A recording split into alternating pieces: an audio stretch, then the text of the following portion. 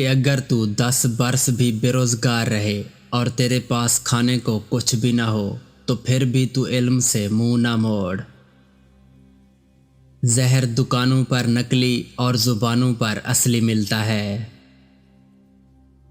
جو حد سے زیادہ پیار کرتا ہے وہ حد سے زیادہ نفرت بھی کر سکتا ہے، کیونکہ شیشہ جب ٹوٹتا ہے تو وہ خطرناک خنجر بن جاتا ہے۔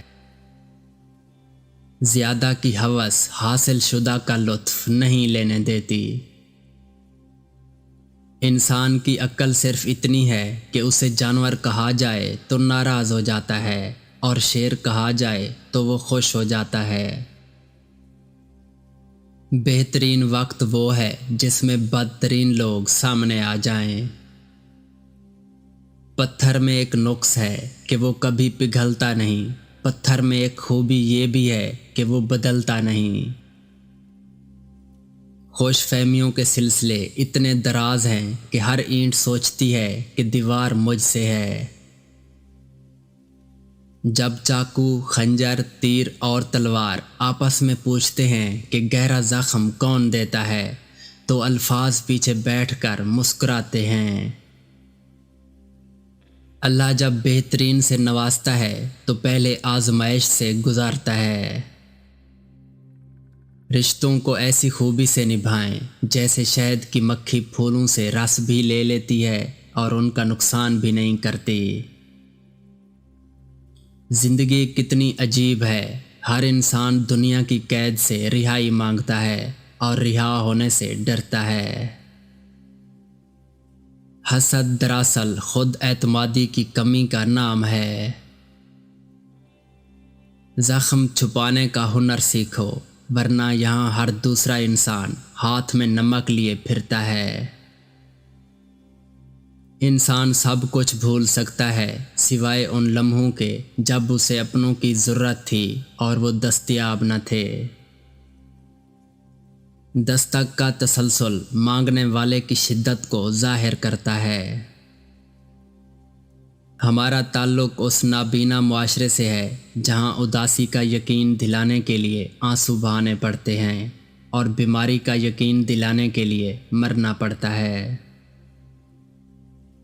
فقیر کی بھوک صرف اس کی جان کھا لیتی ہے، جبکہ سلطان کی بھوک ملک و ملت کھا جاتی ہے۔ کچھ لوگ آپ سے صرف اتنی محبت کرتے ہیں جتنا وہ آپ کو استعمال کر سکتے ہیں۔ جہاں ان کا مفاد ختم، وہاں ان کی محبت بھی ختم ہو جاتی ہے۔ دولت حیثیت تو بدل سکتی ہے پر اوقات نہیں۔ کسی ناقدر شخص سے محبت کرنا ایسے ہے جیسے آپ سونے کے پیالے میں آب حیات پیش کریں اور وہ اسے ہونٹوں سے لگانے کے بجائے اپنے پیر دھو لے۔ جب انسان کا غم یا خوشی حد سے بڑھ جائے تو دنیا اس کی نظر میں حقیر ہو جاتی ہے۔ بغیر نقشے کے پرندے بھی اپنے مقام تک پہنچ جاتے ہیں، مگر ایک انسان ہے جو دل سے دل تک پہنچنے میں ناکام رہتا ہے۔ رشتوں کو جوڑے رکھنے کے لیے کبھی کبھی گونگا، بہرا اور اندھا ہونا پڑتا ہے۔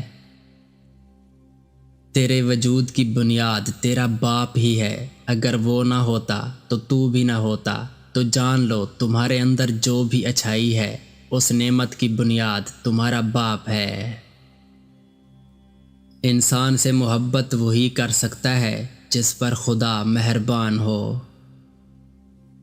اگر آپ حادثاتی طور پر کسی سے 2-4 کتابیں زیادہ پڑھ گئے ہیں تو انہیں ہضم کرنا سیکھیں، دوسروں کا جینا حرام نہ کریں۔ سب سے بہتر اور عزت کا لقمہ وہ ہے جسے اپنی محنت اور کوشش سے حاصل کیا جائے۔ ہم لوگ نیک بننا نہیں، صرف نیک دکھنا اور نیک کہلانا چاہتے ہیں، اور یہ منافقت کا سب سے اعلیٰ درجہ ہے۔ خودکشی اسلام میں حرام ہے اور موت مسائل کا حل نہیں ہوتی۔ اچھی باتیں پڑھنے کی عادت ہو تو اچھی باتیں کرنے کی عادت خود بخود بن جاتی ہے۔